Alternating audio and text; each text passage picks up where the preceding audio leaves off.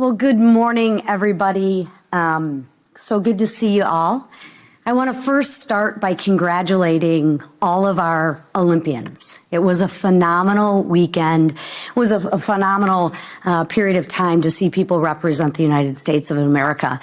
And I think if you watched any part of the hockey game, men's or women's, you really saw true Americans. And what I want to say is thank you for the American athletes who represented America and gave their best.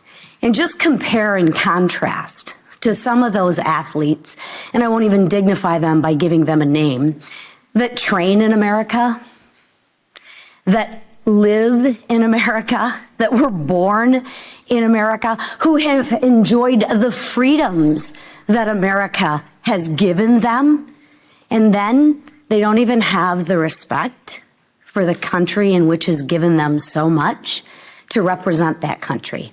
I wonder why. I can think of about 20 million reasons why. But I noticed at the end, that person didn't get on a plane and go back to that communist country.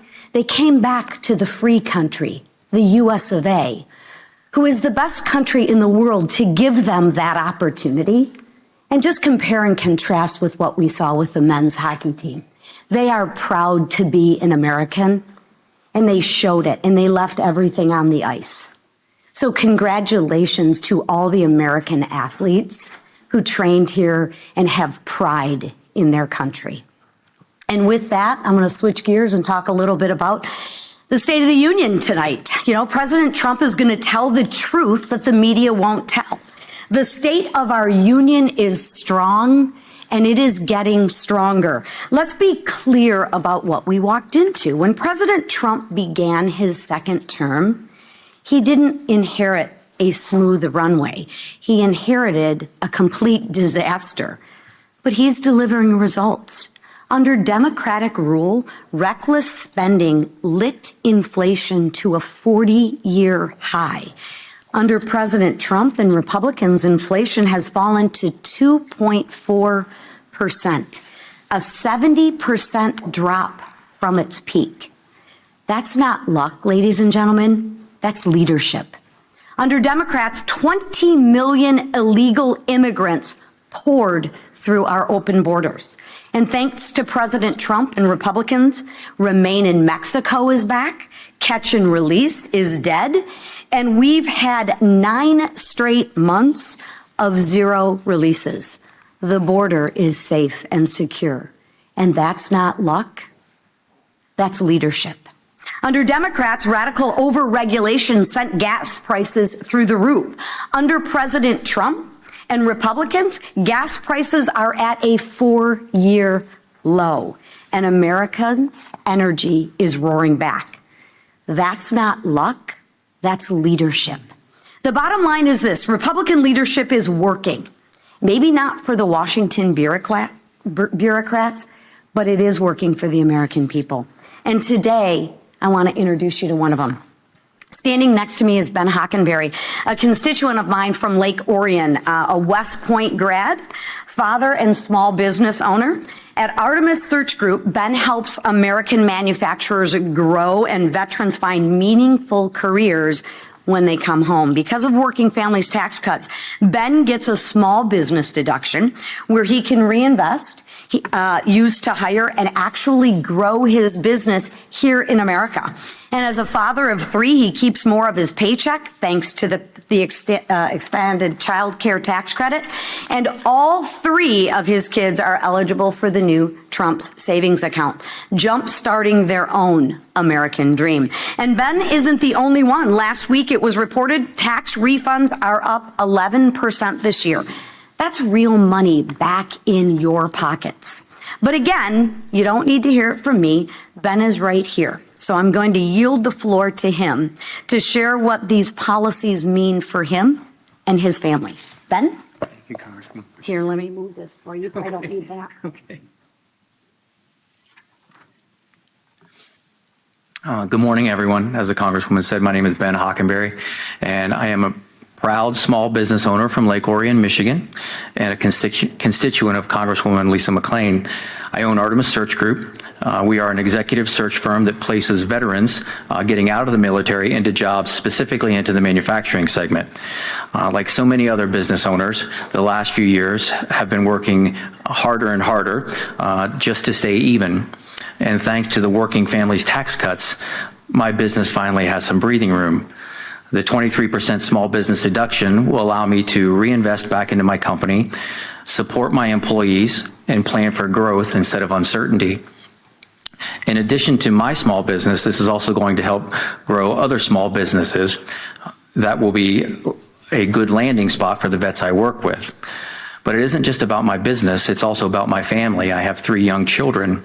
The expanded child tax credit means more stability for parents like me who are raising kids and trying to build a better future. And with the new Trump accounts, my children will have a real financial foundation to build on as they grow up, something every parent hopes to provide for their children. Policies championed by President Trump and leaders like Congresswoman McClain are making a real difference. For my business, for my kids, and for families like mine across Michigan, these policies mean opportunity, security, and real hope for the future. Thank you. I'll hand it over to Whip Topheimer. Thank you. Thanks, Ben. The State of the Union is only as strong as the state of its people. And under President Trump and Republican majorities in Congress, the American people are stronger than ever. Stronger because President Trump and Republicans have secured the border, restored safety to our communities, slashed wasteful government spending, and held fraudsters accountable, and delivered historic tax relief to hardworking Americans through the Working Families tax cut. As the 2026 tax season begins to unfold, we're hearing more and more about how this once-in-a-generation piece of legislation is benefiting Americans from every walk of life.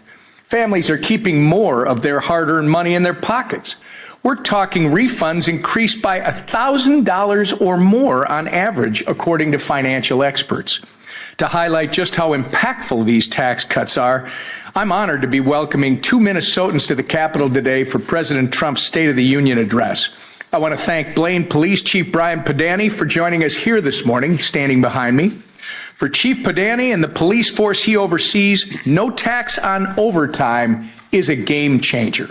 Not only will this provision allow our men and women in blue to keep more of their hard-earned dollars in their pockets, it's also going to help Chief Padani with recruitment and retention, making our communities stronger and safer.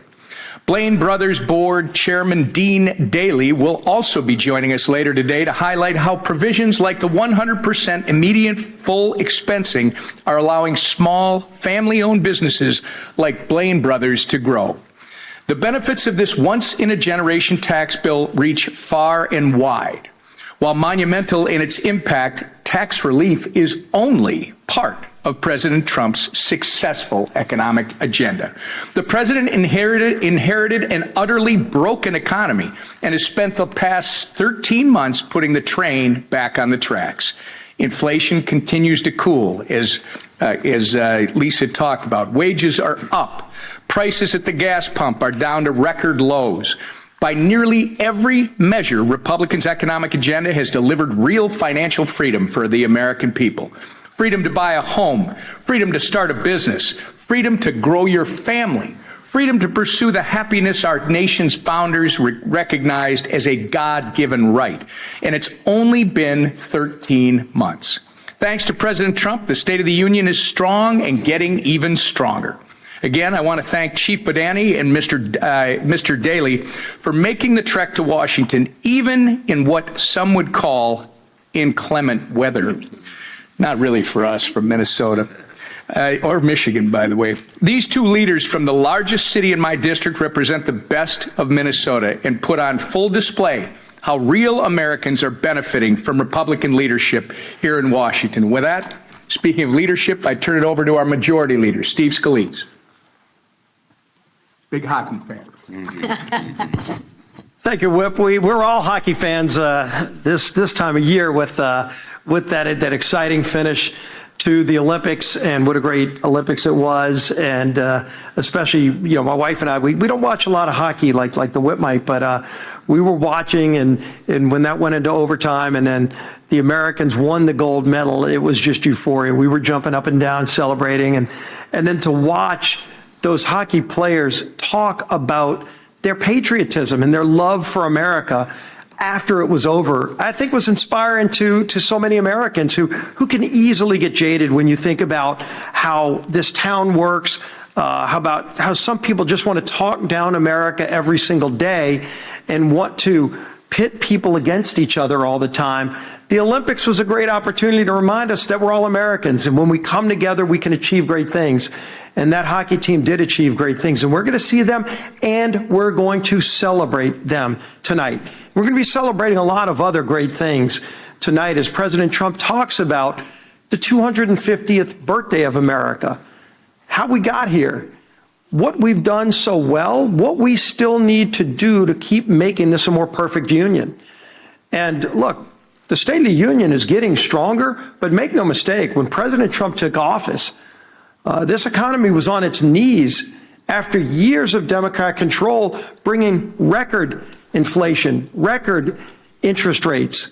You saw energy prices through the roof, more than $5 a gallon in most places. Today, families are paying, in most states, about $2.50 a gallon. That's half of what they were paying. And for a working family, just lower gas prices alone from President Trump's policies means about $600 more in the pockets of hardworking families. Doesn't mean that we're finished. There's a lot more work to do.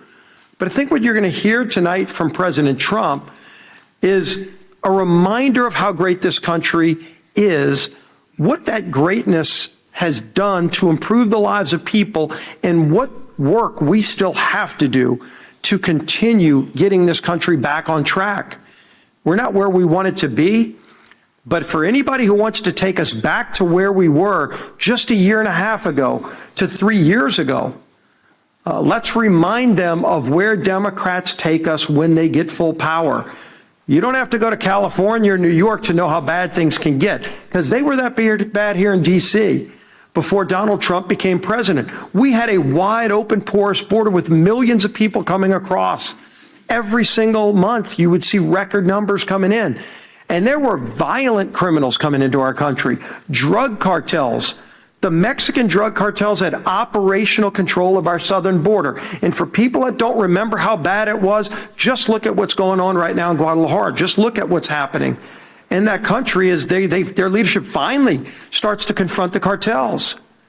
But they were running our southern border and bringing bad people and poisonous drugs into our country every single day. And Donald Trump ran for president saying, I'm going to do something about it. And he worked with this Republican Congress to fix that mess. And we started focusing on other problems too. We're starting to get this economy back on track. Wage growth is finally up. It's not where we need it to be. Families lost $3,000 of buying power during Biden's 4 years in office. $3,000. They've made up $1,200 of it so far. But that means there's more to go. And so we're going to be laying out an agenda. You're going to see us continuing to move more good bills like we've already been moving. And you're going to see the president laying out policy ideas tonight that this Congress will move. Sadly, Democrats have voted no on just about every major policy that have fixed the mess that they made. And that's okay, because we're going to do the job anyway. And some of those people that are benefiting from those policies are going to be in the balcony tonight. You're going to see some of those stories, and Chair McClain talked about some of them. You saw Whip Emmer talk about some of them. I'm going to highlight two of them right here. We're going to be two of my guests that I'm very proud of. We've got Heath Sykes, who's a server, one of the best restaurants in New Orleans. We're known for our food. We love our food. Drago's Restaurant is where they invented the charbroiled oysters. He gets to serve charbroiled oysters every day, and so many other great meals from a true American dream success story. The Satanovich family is a second-generation family that fled communism to come seek the American dream, and they now have it in the Drago's Restaurants. And he serves there and no longer has to pay tax on tips. And he gets to celebrate what that means for having more money in his pocket and being able to do more for his family. And then the other guest I have is Anthony Bettoni, who's a deputy sheriff in Jefferson Parish, where I live. And thank you for your service. We all celebrate our men and women in law enforcement, but so often our men and women in law enforcement are working extra hours to make ends meet, to provide for their family. And when they work overtime, a lot of times they were paying so much more in overtime, it didn't make it worthwhile. And we said, working with President Trump, why should people have to pay taxes on overtime? And now because of that, our Deputy Bettoni's going to be able to have more money in his pocket to provide for his family. And by the way, his family's growing. He is now a girl dad like me. He's got a 1-year-old daughter, and he's going to have more money in his pocket to provide for his daughter. And families all across the country are benefiting from what we did. Republicans are working with President Trump to make life more affordable for working families in America. And that's what we've been focused on since Donald Trump became president. And I think that's what you're going to hear the president talk about tonight, and leading the effort to get those bills signed into law to help bring that prosperity back and keep that work going as our speaker, Mike Johnson. Thank you, Mr. Leader. Welcome, everybody. When President Trump said we were going to usher in a new golden era for America, he meant it figuratively and literally. And we do want to thank all of our Olympic athletes who worked so hard and represented us so well in the Olympics. And the gold medal matches were really something to see. And you've heard a lot said about the hockey teams, the men's and women's. Gold, it was incredible. Both of them, you couldn't have scripted it better. Overtime games and the excitement and euphoria that happened afterwards. Millions of people watched those games across the world. And what a great moment it was for America. And it reminded us that we're all on the same team. And we hope that everyone will keep that in mind tonight, because we are. The president called me Sunday night and he said, Mike, we got to make some changes. We need some more guests. Okay, well, you know, the State of the Union is a very well-attended event and the gallery is already full and we have waiting lists of people that want to be there. I said, Mr. President, how many people are you talking about?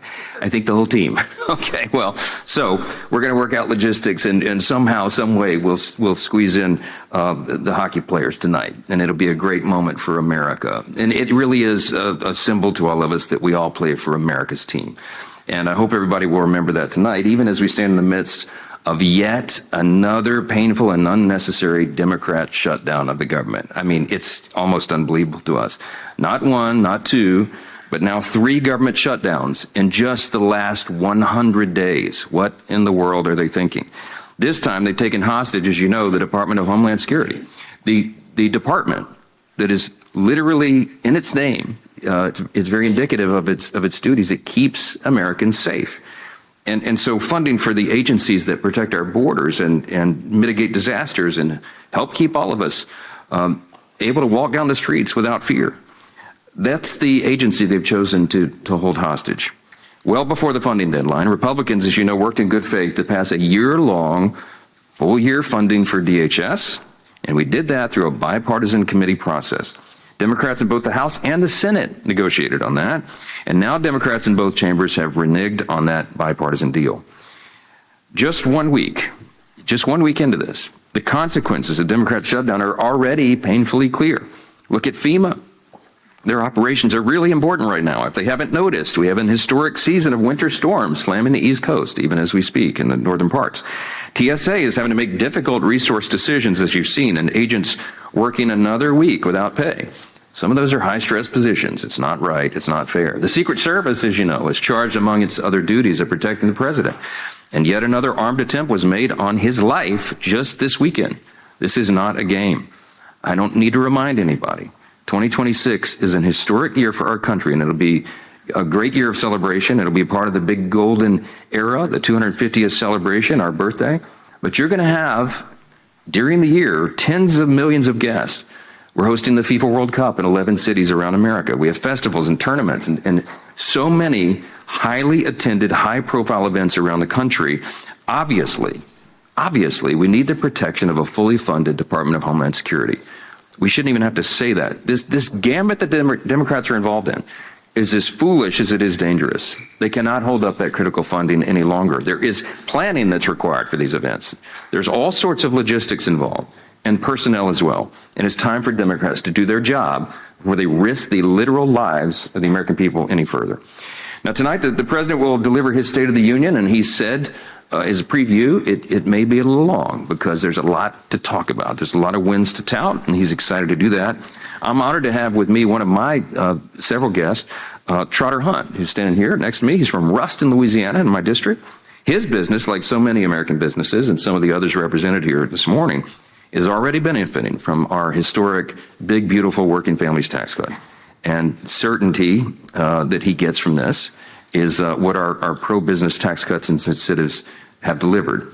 And that's very helpful for everybody. We're grateful to Trotter for making the trip, and I'm honored to host him in the chamber tonight. So thank you for being here and bringing your beautiful wife and representing our district so well. This evening, the entire country will hear an update on the full scope of President Trump's transformational and historic first year back in office. The results speak for themselves. Why does he have so much to talk about? Because inflation's down, wages are up, investment is booming, the GDP is exceeding every expectation. Democrats, meanwhile, are going to host, count them, 5 separate counter events, rallies of some sort, they call them, in lieu of tonight's address. For all of these theatrics, it doesn't matter how many little gatherings they have or where they stand or how high the volume is on the microphones. They have nothing to offer, nothing but their TDS agenda, the Trump derangement syndrome, and it's on full display. All they can say, all they can tell you about is how they oppose President Trump and thwart his agenda and shut down the government and protest everything from the president's joint address to basic immigration enforcement. And they obstruct any meaningful progress for the sake of obstruction. It's the same tired playbook that they've run for a decade now. It's shameful that they would boycott an address. We don't do that. Republicans don't do that. It doesn't matter if there's a president from the opposing party. We don't skip out. Our constituents want and need us to be here. Every member of this House represents over 750,000 people. They're disenfranchised if you're not sitting in the seat to be a part of the role and the responsibility of Congress. I think it's shameful. Republicans have a far simpler and far superior message for Americans watching at home. We're putting more money back in your pockets. We're restoring peace through strength. We're defending our border and deporting criminal illegal aliens. We're standing up for American industry and manufacturing. And we're making American workers, not foreign countries, the clear winners in this American economy. Those are not talking points. That is what we have delivered. It's called Republican results, and we are proud to run on that message in this fateful midterm election year. So tonight, President Trump will demonstrate that Republicans are the only team working seriously to bring common sense back to our broken system. It's promises made, promises kept. And he's working, and we're all working together to make the country stronger, safer, and more affordable, and more prosperous for all Americans. And many of them will be represented in that big, beautiful gallery tonight. The American people will see that reflected this evening and in the months ahead as we press forward on all of those promises and so much more. We're excited. This is a great time for America. Take a few questions. Yes, sir. Speaker. Background. Yeah, I just wanted to ask you, you and Representative Chris Smith have invited Jimmy Lai, his daughter.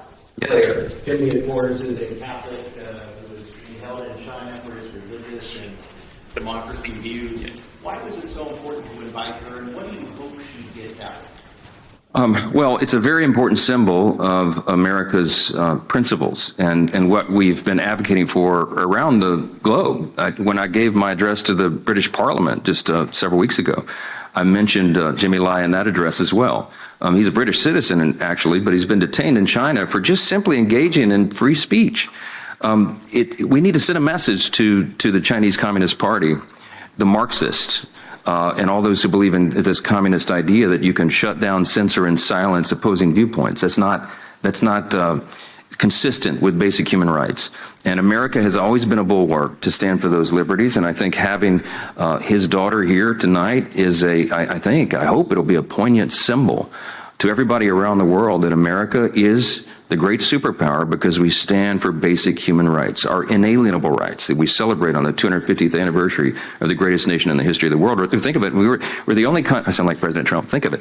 We're the only country in the world that was founded upon the idea that our rights come from God, our creator, and not from the government. And the profound impact of that, the implications of that truth, is what has led us down the path to be the most free, most successful, most powerful, most benevolent nation in the whole history of the world. The communists and the Marxists have a totally different view. Their worldview begins with the premise that there is no God. And so if there is no God and there is no creator who gives you your inalienable rights, they are very much alienable and they can be taken away from you. If the government is powerful enough to give you all your rights, the government can take them away. We stand in direct opposition to that. And I'm excited the president and all of us will be standing tonight in the rostrum right above us with the national motto, "In God We Trust." That's America, man. It's as good as the gold that the hockey team won. And I hope we put that on display tonight with all of our guests as well. Yes, sir. Last question. Speaking of some of the guests that are going to be independent tonight, some of the justices on the Supreme Court today. President Trump, on the entire ruling, referred to some of the justices with disgrace, said that she worked with one actor. Do you expect the president to address the justices directly tonight, and would you claim him against making sort of accusations in the district? I'm not sure the content of the speech, but I expect it'll be a positive, affirming statement about all the things that we have accomplished together and all the plans we have going forward. The president, of course, was frustrated about the Supreme Court decision, but we're sorting out the fallout from that and what it means for us. But I think tonight's going to be a great celebration of America and all that we've achieved together. So we're looking forward to that. Thank you all so much. Thank you.